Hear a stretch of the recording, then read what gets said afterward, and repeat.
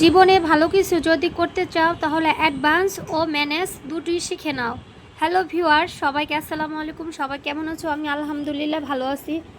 তো আজকে রাতে লাউ দিয়ে মুরগির মাংস রান্না করব আর হচ্ছে ভুনা খিচুড়ি রান্না করব। তো ভাবলাম তোমাদের সাথে কেন না শেয়ার করি, তোমরাও একটু দেখো আমি কিভাবে রান্না করি।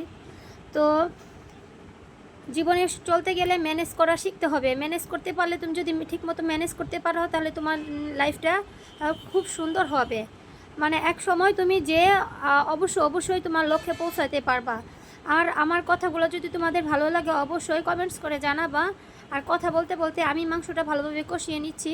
আমি যেভাবে বরাবর মুরগি মাংস রান্না করে ওভাবেই কষাবো। আর তার সাথে আমি কোনো ঝোল দিয়ে অ্যাড করবো না। এখন আমি নাড়াচাড়া করে ঢাকনা দিয়ে ঢেকে দিব। আর মুরগির মাংস থেকে এক্সট্রা ঝোল বের হবে, তখন আমি আবার লাউটা দিয়ে এখন আমি দেন নাড়াচাড়া করে ঢেকে দিব। যতক্ষণ লাউ সিদ্ধ না হচ্ছে ততক্ষণ ঢেকে রাখবো। আর মাঝে মাঝে দু একটা নাড়া দিব। আর যখন লাউটা সিদ্ধ হয়ে যাবে তখন আমি পরিমাপ মতো পানি দিয়ে নিব। আমি এভাবেই সবসময় রান্না করে থাকি।